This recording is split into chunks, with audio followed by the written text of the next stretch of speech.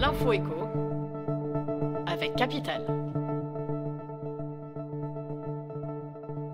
On commence par le mot du jour, agriculture. Début février, le gouvernement avait annoncé plusieurs mesures pour apaiser la colère des agriculteurs.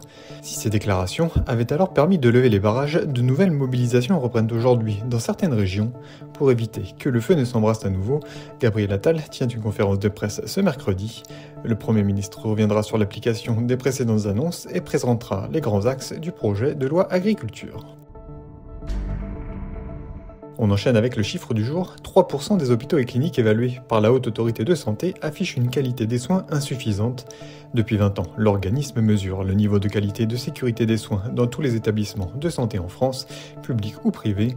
Capital vous détaille les 28 sites hospitaliers en métropole et les 11 établissements d'outre-mer retoqués cette année par la Haute Autorité de Santé.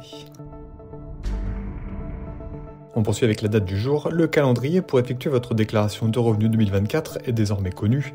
C'est à partir du 14 avril que vous pourrez déclarer vos revenus en ligne sur impotgouv.fr, le site de l'administration fiscale.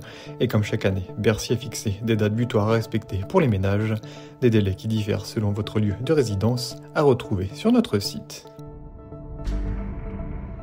Et pour terminer le comparatif du jour, le Crédit Mutuel vient d'annoncer la suppression de ses frais pour les successions d'au moins 10 000 €, une première parmi les banques françaises. Certains établissements n'hésitent pas à facturer plus de 300 € de frais pour un simple héritage de 5 000 €. La facture peut ainsi varier du simple au quadruple, et ce pour un même service.